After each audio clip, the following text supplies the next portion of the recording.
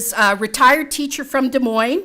Cherie Mortiz is a proud CCI Action Fund member and currently serves as president of our sister organization, Iowa CCI. Cherie will address two topics. The first is the TPP, or the Trans-Pacific Partnership, and the second topic Cherie will address is expanding Social Security. So please welcome Cherie Mortiz.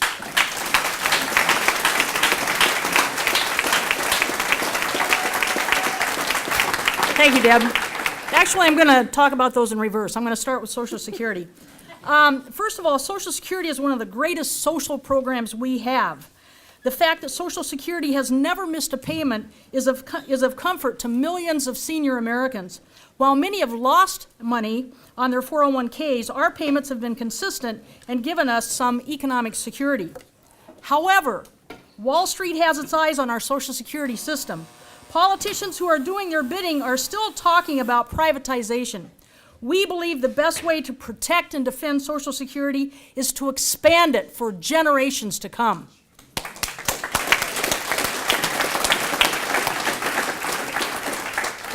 The first thing we need to do is raise the minimum wage. This would make Social Security stronger by bringing in more revenue into our Social Security system. Another common sense way to strengthen Social Security is to scrap the cap to make sure millionaires and billionaires are paying their fair share.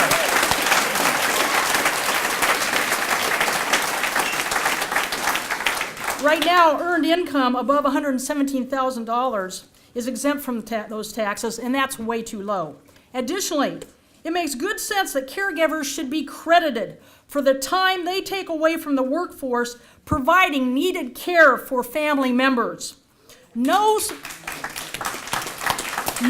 civilized, productive society cuts the benefits of the most vulnerable among us to pay off a debt they didn't create. It's time we stop talking about cutting and be proactive by expanding Social Security.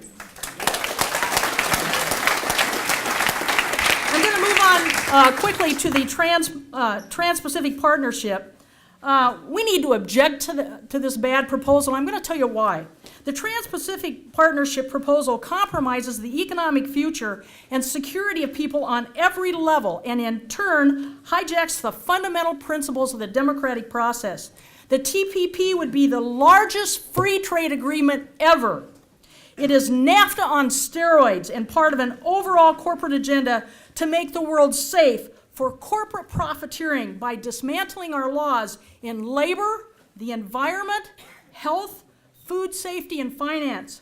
The TPP has been shrouded in secrecy from the very beginning. However, the trade advisors from over 600 different corporate entities have had access to and input into the proceedings.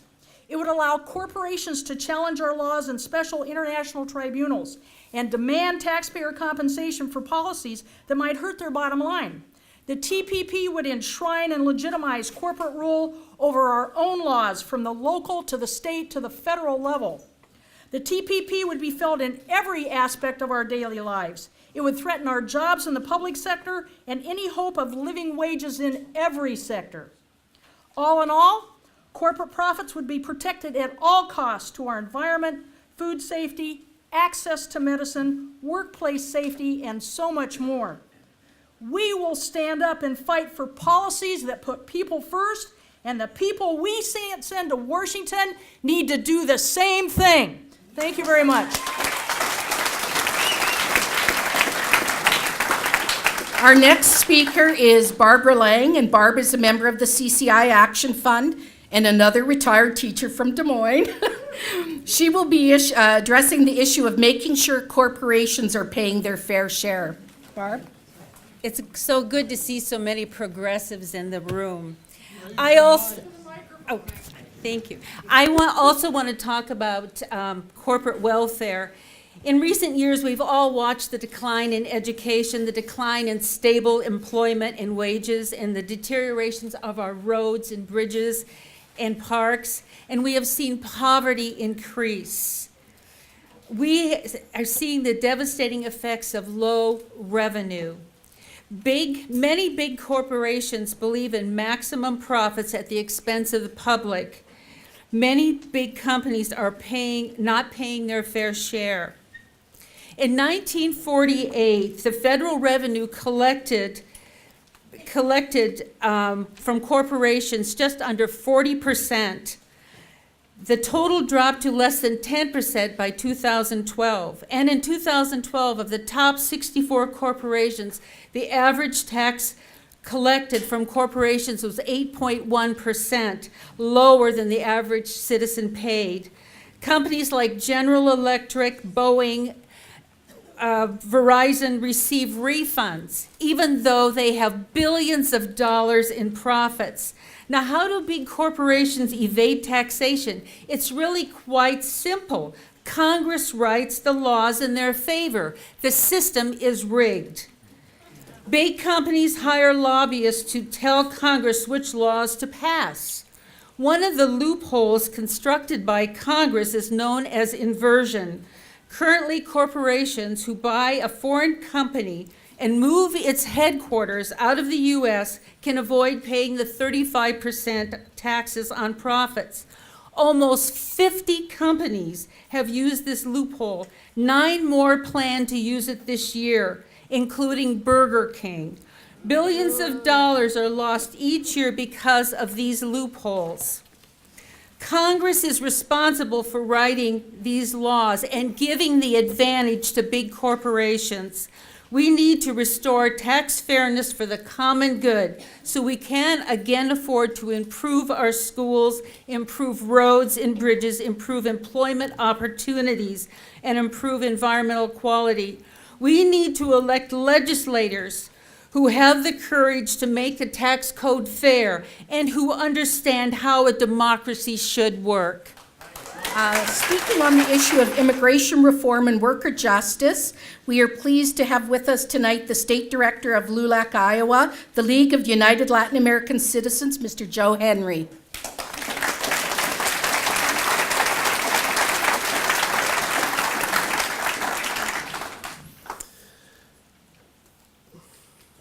America has always been a nation of immigrants, and throughout the nation's history, immigrants from around the globe have kept our workforce vibrant, our businesses on the cutting edge, and helped to build the greatest economic engine in the world. However, America's immigration system is broken and has not kept pace with changing times. Today, there are 11 million people living and working in the shadow economy.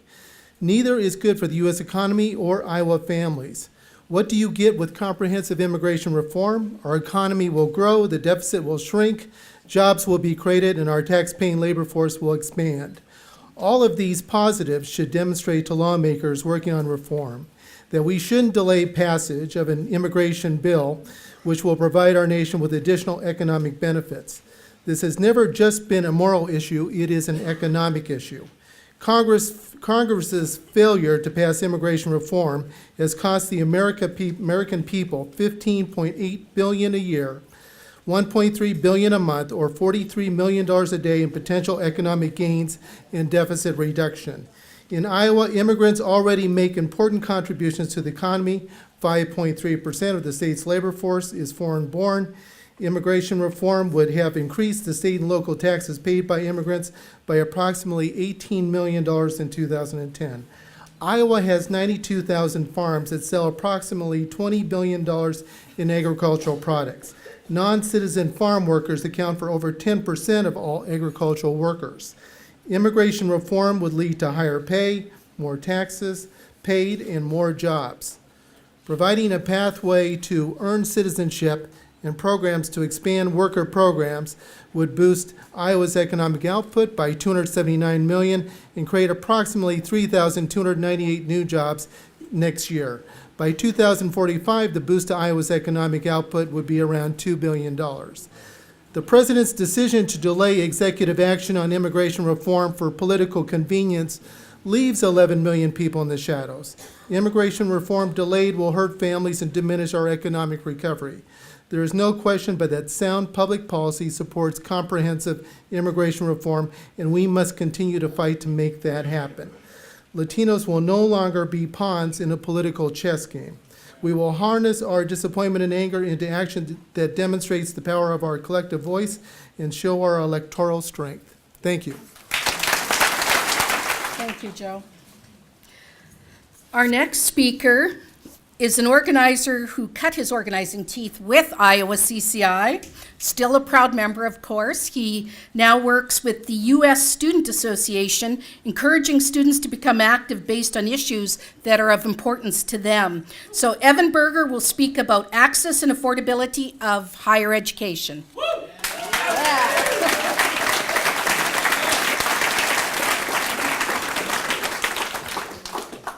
Everyone hear me okay?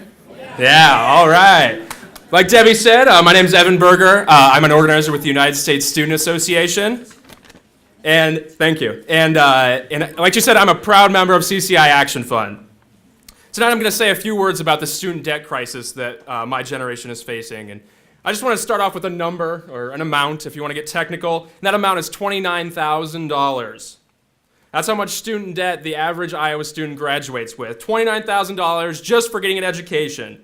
We're starting $29,000 in the hole right at the start of our adult lives.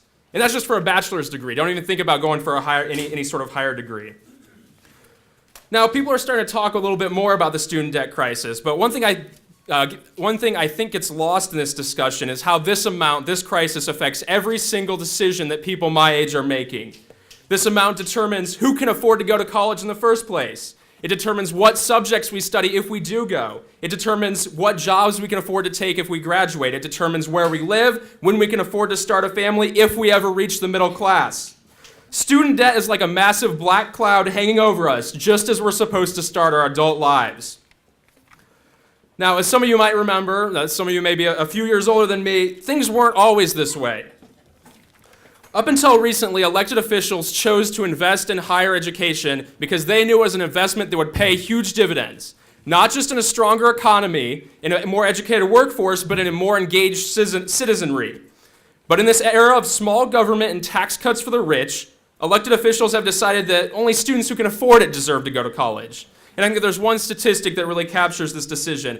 15 years ago, public funding of the Regents universities here in Iowa made up 70% of those universities' budgets, 70%, and tuition made up the other 30%.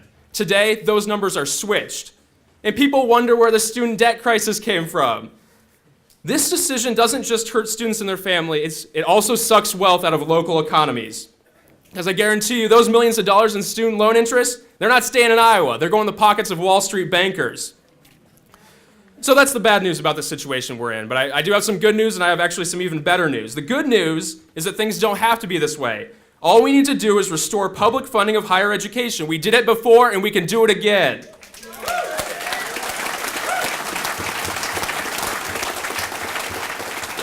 Now, like anything else, this isn't going to happen until students in the community stand up together and demand action, and that's where the better news came in. I just came from a day-long convergence, statewide convergence of student activists from around the state who are all interested in standing up and fighting back, and we're gonna lead this movement across the country, and we ask all elected officials, including Senator Sanders, to join us. Thank you.